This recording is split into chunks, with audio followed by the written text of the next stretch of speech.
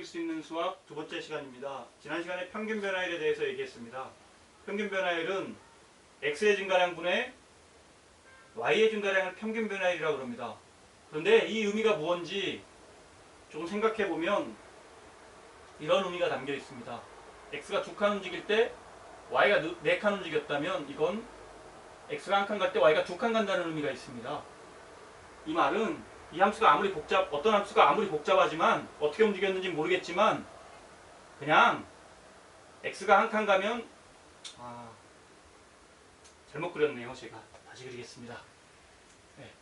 이 함수가 실제로 아무리 복잡하게 움직였어도 이렇게 x가 1칸 갈 때 y는 2칸씩 가는 움직임으로 움직였다고 생각할 수 있습니다. 아무리 함수가 복잡하지만 x가 1칸 갈 때 y는 2칸씩 갔다고, 즉 직선의 움직임으로 이해하겠다는 게 평균 변화율입니다. 구간이 어떻게 되든 그리고 함수가 어떻게 움직였든 구간이 어떻게 되고 함수가 어떻게 되든 x가 1칸 갈 때 2칸씩 움직였다. 즉 기울기만 알면, 이 평균 변화율만 알면 어떻게 움직였는지 쉽게 감을 알 수 있죠.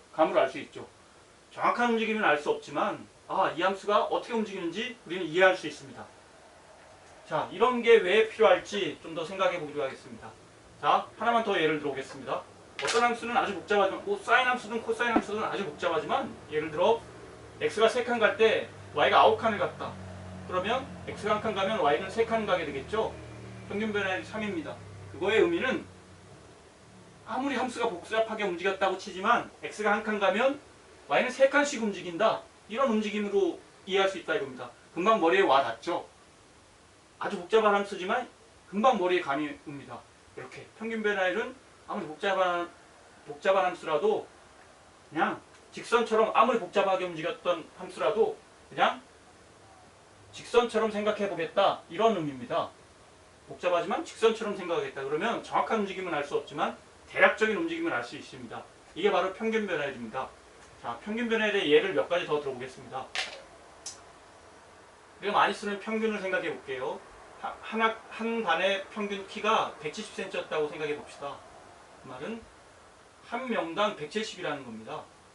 그리고 어떤 반은 한 명당 키가 180이었다고 생각해 봅시다. 그러면 이 반이 10cm 더 큽니다. 한 명당 10cm 더 크다고 생각할 수 있습니다.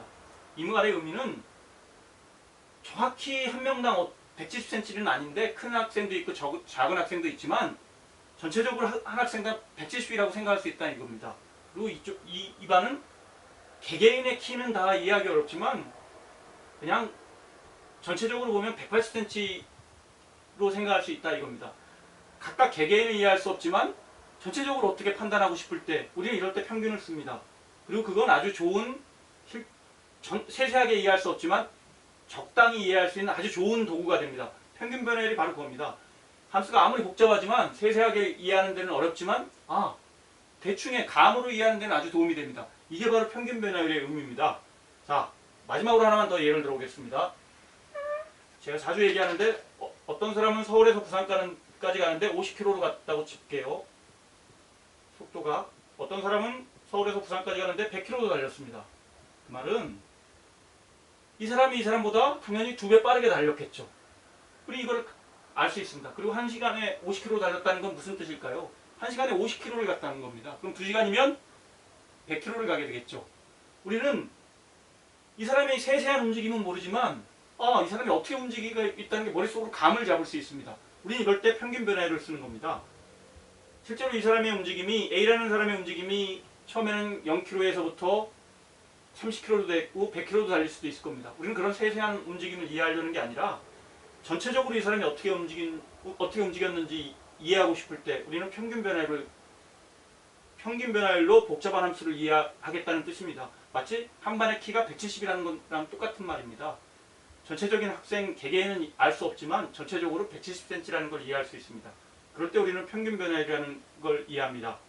평균 변화율이라는 걸 씁니다. 자, 그러면 지난 시간에 여기까지 얘기했는데 평균 변화율은 전체적인 흐름을 이해하는 데 아주 좋은 예입니다. 그런데 실제 함수는 이렇게 움직였는데 직선이 이렇게 돼 있습니다. 그러면 오차가 이렇게 커집니다. 그럼 이런 오차를 어떻게 줄여서 실제 함수의 움직임이랑 움직임을 좀 잘 표현할 수 있을까? 그런 고민을 사람들이 했을 겁니다.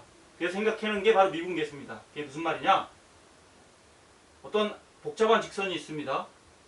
이 복잡한 직선을 한마디로 표현하기는 좀 어렵습니다. 아까 말했지만 평균 변화율이라는 어떤 개념이 있지만 실제로 이 직선처럼 움직이진 않았죠. 이 함수가 전체적으로는 그렇게 움직일 수 있지만 이런 데를 보면 오차가 이렇게 많이 납니다. 오차가 이렇게 많이 납니다. 그럼 어떻게 하면은 좀 더 쉽게 그리고 이 곡선을 좀 더 이해하기 있을까요? 그리고 이 오차를 어떻게 하면 줄일 수 있을까요? 잘 생각해보면 아주 쉬운 예가 있습니다. 구간을 점점 이렇게 줄여보십시오. 여기 x1이라고 하고 x2가 여기였는데 x2를 좀 더 줄여볼게요. 이로 줄여보겠습니다. 네. 그리고 이렇게 x2를 또 줄여보겠습니다. 이렇게 점점 줄일수록 오차가 이렇게 컸는데 이렇게 줄어들고 오차가 이렇게 컸는데 이렇게 이만큼밖에 안 생깁니다. 이렇게 줄이면 줄이면 줄일수록 오차가 가까워집니다.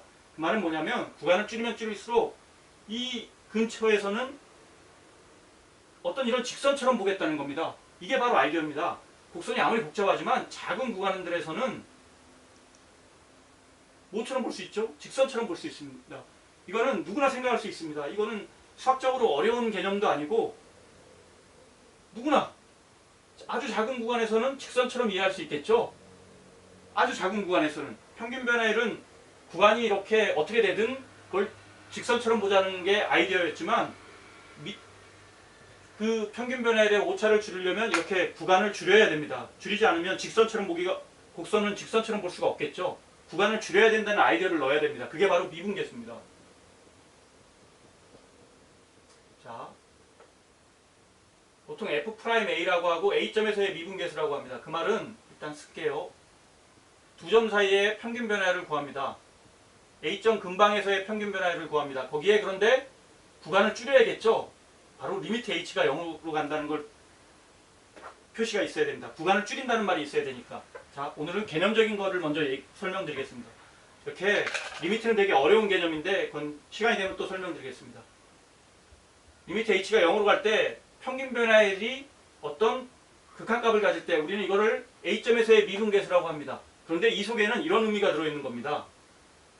곡선이 아무리 복잡하지만 그리고 구간을 크게 잡으면 이렇게 오차도 크고 이해하기 어렵지만 이 곡선을 정확히 이해하는 데는 어렵지만 구간을 이렇게 작게 잡으면 이런 직선들로 볼 수 있습니다. 작게 잡으면 작게 잡을수록 이런 직선들도 거의 정확해지겠죠. 더 작게 잡으면 더 정확해질 겁니다. 구간을 작게 잡으면 작게 잡을수록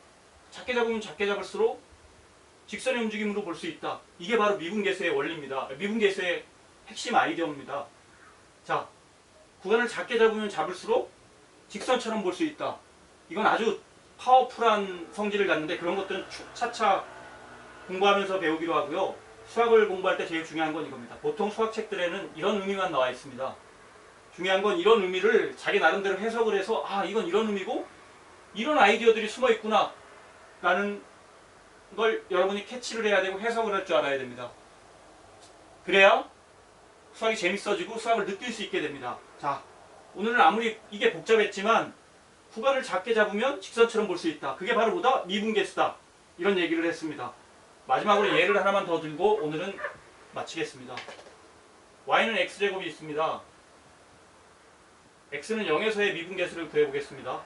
A점에서의 미분계수를 이렇게 씁니다. 즉 A점에서의 평균 변화율을 구해야 합니다. 0 플러스 h 0 h 우선 평균 변화율을 구합니다. 왜냐? 곡선은 일단 직선으로 이해하자는 게 목적이었으니까요. 이렇게 됩니다. 그러면 이건 h가 됩니다.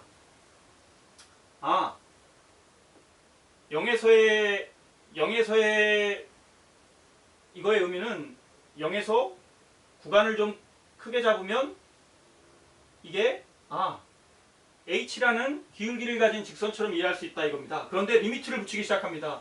왜냐하면 구간이 길면 오차가 커지니 구간을 작게 잡으면 작게 잡을수록 이런 직선처럼 볼 수 있다는 아이디어가 생기죠. 그래서 리미트를 여기 붙여봅시다. 그러면 이게 0으로 갑니다. 그 말은 뭐냐? x의 제곱의 그래프를 잘 보십시오. 여기 x의 제곱에서의 기울기가 거의 없죠. 움직이지 않죠. 평평하잖아요. 그죠? 뭔지는 아직 잘 모르겠지만 느낌이 없지만 요거의 기울기 평균 변화를 구해서 구간을 작게 했더니 어떤 극한값이 나오는데 그건 구간을 작게 하면 작게 할수록 어떤 직선의 기울기처럼 볼 수 있겠다 이런 의미입니다. 아주 자 오늘도 여전히 제가 버벅이는데요. 죄송합니다. 근데 중요한 건 수학에서 중요한 건 자기 생각을 부여할 수 있는 능력이 있어야 됩니다. 자기의 느낌이 있어야 됩니다. 이런 수식을 보고 그냥 이 수식을 외우면 여러분은 수학의 재미를 느낄 수도 없고 이게 무슨 말인지 이해하기도 어렵습니다. 대부분의 책들이 이렇게 나오지만 이걸 잘 들여다보면 그런 아이디어가 있습니다. 이게 뭔지는 좀 모르겠지만 그냥 평균 변화율이었는데 A점이라고 여기라고 해보겠습니다. 평균 변화율이었습니다. 그냥. 그런데 여러분이 잘 생각해 보십시오. 평균 변화율은 구간이 크면 클수록 직선처럼 보기가 좀 어렵지 않습니까? 그래서 어떻게 하자? 구간을 줄여보자는 게 아이디어입니다. 구간을 줄이면 줄일수록 뭐가 되니까? 직선의 움직임이 되니까. 그 점에서 이런 직선으로 움직였다라고 생각할 수 있으니까요. 그래서 여기 리미트를 붙인 겁니다. 바로. 이게 구간을 줄이자는 의미고 이게 어떤 값이 존재한다면 미분 계수가 되는데 우리는 그 점에서의 이런 직선의 기울기로 이해할 수 있겠다 이런 뜻입니다. 어떤 함수가 0에서의 미분 계수가 2였습니다. A점에서의 미분 계수가 2였다고 쳐보겠습니다. 그럼 어떤 의미다? X가 한 칸 갈 때 Y는 두 칸씩 가는 움직임을 A점에서 보이고 있구나. 뭔가 증가하는 움직임을 보이고 있구나. 이렇게 알 수 있겠죠. 평균 변화율이랑 미분 계수는 바로 이런 차이가 있습니다. 자, 오늘은 미분 계수에 대해서 얘기했습니다. 평균 변화율은 전체적인 곡선을 전체적으로 이해할 때 아주 도움이 됩니다. 감을 잡을 수 있을 때 도움이 됩니다. 그런데 보다 세밀하게 이해하려면 구간을 어떻게 해야 된다? 줄여야 합니다. 그렇게 줄이다 보면 어떤 직선으로 이해할 수 있게 되는데 그때 우리는 그 직선의 기울기를 미분계수라고 합니다. 다 어렵지만 이 수식이 어렵지만 그런 게 중요한 게 아니라 정말 중요한 건 이겁니다. 복잡한 직선을 잘게 나누면 직선처럼 이해할 수 있다. 미분엔 이런 아이디어가 숨어 있는 겁니다. 아주 복잡하지만 직선처럼 이해할 수 있다. 직선처럼 이해하면 되게 간단하게 풀립니다. 여러 가지들이. 네, 그런 것들을 좀 더 배우면서 앞으로 나가면서 가르쳐 드리겠습니다. 네, 감사합니다.